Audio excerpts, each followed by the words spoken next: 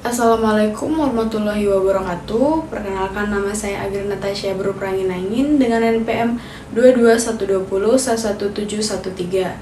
Di sini saya akan memaparkan tugas proposal mata kuliah metode penelitian dan penulisan hukum dengan dosen pengampu Ibu Rilda Murniati, S.A.M. Hum. Penelitian ini dilatar belakangi karena di Indonesia restoratif justice telah mendapat perhatian lebih sebagai alternatif dalam penyelesaian kasus pidana. Berbagai lembaga penegak hukum seperti kepolisian, kejaksaan, dan peradilan umum telah mengadopsi konsep ini demi menciptakan peradilan yang lebih humanis dan efisien.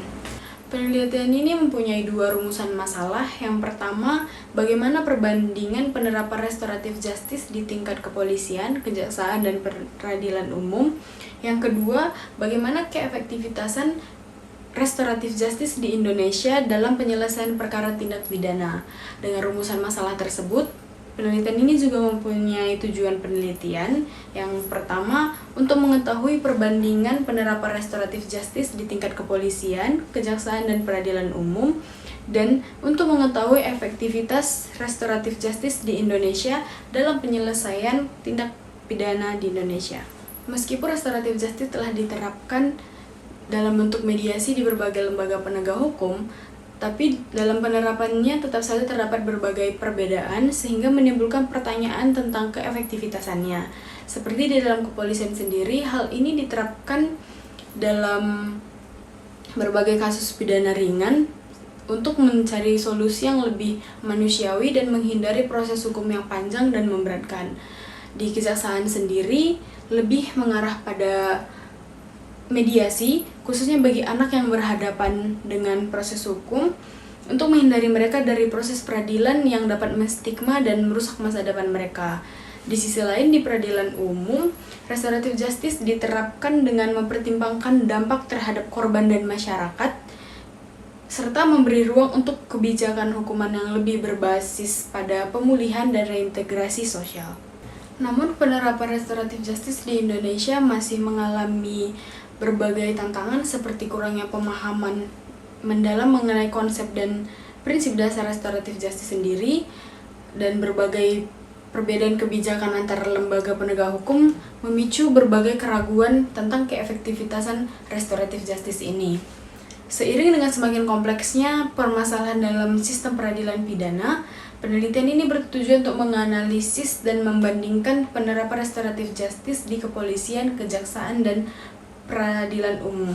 Penelitian ini juga bertujuan untuk mengevaluasi sejauh mana efektivitas penerapan restoratif justice dalam penyelesaian kasus tindak pidana di Indonesia. Konsep restoratif justice lebih menekankan pada perubahan fokus dari upaya pemidanaan menjadi upaya perdamaian melalui mediasi antara pelaku dan korban. Proses ini bertujuan untuk memulihkan kondisi yang ada sebelum terjadinya tindak pidana dan memperbaiki kembali hubungan yang terganggu di antara individu-individu dalam masyarakat.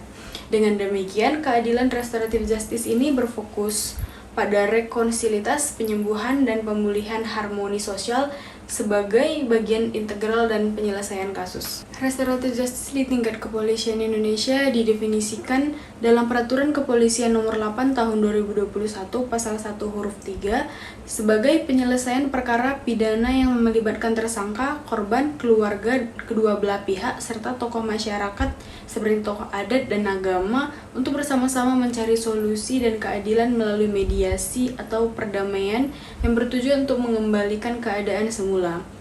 Pendekatan ini dapat diterapkan dalam kasus dengan kerugian di bawah 5 juta dengan memenuhi dua persyaratan utama, yaitu persyaratan formil dan material. Di mana persyaratan formil itu mencakup kedua belah pihak harus berdamai, hak korban harus dipenuhi dan tersangka harus bertanggung jawab, serta adanya perjanjian perdamaian yang ditandatangani oleh kedua pihak untuk memastikan bahwa perdamaian yang dimaksud tercapai. Tersangka wajib memberikan ganti rugi kepada korban atas kerugian material dan imaterial akibat tindak kejahatannya.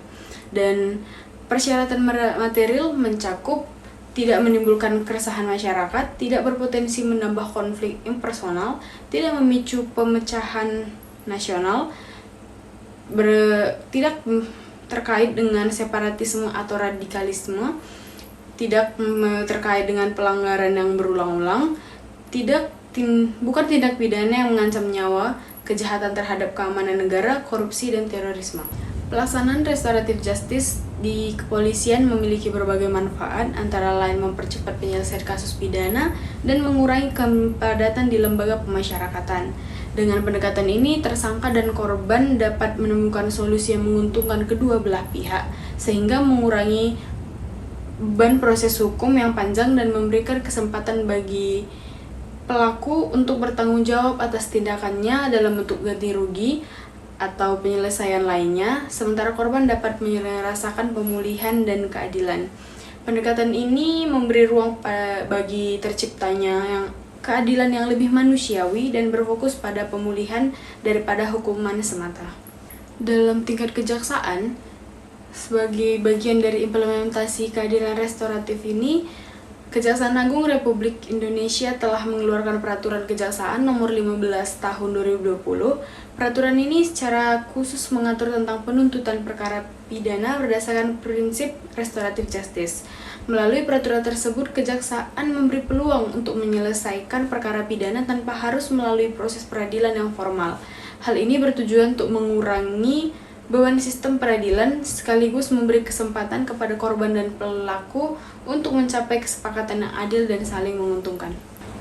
Di tingkat peradilan umum, model restoratif justice memberikan kesempatan untuk pertemuan antara korban dan tersangka guna menentukan solusi yang adil bagi kedua belah pihak. Oleh karena itu, hakim perlu mengembangkan strategi yang tepat untuk menyelesaikan perkara pidana dengan memilih dan memberikan alternatif penyelesaian yang sesuai. Harapannya pelaksanaan restoratif justice dalam peradilan umum dapat membantu mengurangi penanganan perkara yang selama ini membebani lembaga peradilan, serta memberikan solusi yang lebih humanis bagi seluruh pihak yang terlibat. Selanjutnya, tantangan penerapan restoratif justice di Indonesia. Restoratif justice sering dianggap bertentangan dengan asas legalitas dan asas kepastian hukum karena pendekatan ini tidak berfokus pada pemberian hukuman penjara. Sebaliknya, restoratif justice lebih menekankan pada pemulihan keadaan korban setelah terjadinya tindak pidana. Dalam sistem ini, pelaku dapat diwajibkan untuk melakukan tindakan yang bertujuan memperbaiki kerugian yang dialami oleh korban, seperti membayar ganti rugi, melaksanakan kegiatan sosial, atau tindakan lainnya yang ditentukan oleh penegak hukum atau pengadilan. Pendekatan ini memiliki tujuan untuk memperbaiki hubungan antara pelaku dan korban serta mencegah permusuhan lebih lanjut di antara keduanya. Selanjutnya, metode penelitian. Yang pertama, jenis penelitian. Penelitian ini tergolong sebagai penelitian hukum normatif, yang mana fokus utamanya adalah pada analisis terhadap norma-norma hukum yang berlaku. Yang selanjutnya, tipe penelitian bersifat komprehensif, di mana analisis dilakukan terhadap bahan hukum primer dan sekunder yang relevan dengan topik yang dikaji. Pendekatan penelitian ini dilakukan secara sistematis dengan memaparkan hasil kajian secara lengkap, rinci, dan jelas sebagai bagian dari penelitian. Selanjutnya, data dan sumber data. Penelitian ini termasuk dalam kategori hukum. Selanjutnya, data dan sumber data. Penelitian ini tergolong dalam penelitian hukum normatif, yang dimana jenis data yang dibutuhkan adalah data sekunder. Data sekunder yang dimaksud terdiri dari dua komponen utama, yaitu bahan hukum primer dan bahan hukum sekunder. Bahan hukum primer mencakup peraturan perundang-undangan yang relevan dengan topik yang dibahas dalam penelitian ini. Sedangkan bahan hukum sekunder meliputi literatur ilmiah, buku-buku, referensi, artikel, jurnal, dan tulisan hukum lainnya yang memiliki keterkaitan langsung dengan rumusan masalah dalam penelitian ini. Pengumpulan data dalam penelitian ini dilakukan dengan metode studi pustaka, dengan analisis datanya dengan bahan hukum yang telah melalui proses pengolahan, kemudian dianalisis dengan pendekatan kualitatif untuk menggali makna dan substansi yang terkandung di dalamnya. Demikian pemaparan yang dapat saya sampaikan. Saya meminta maaf apabila ada salah kata. Wassalamualaikum warahmatullahi wabarakatuh.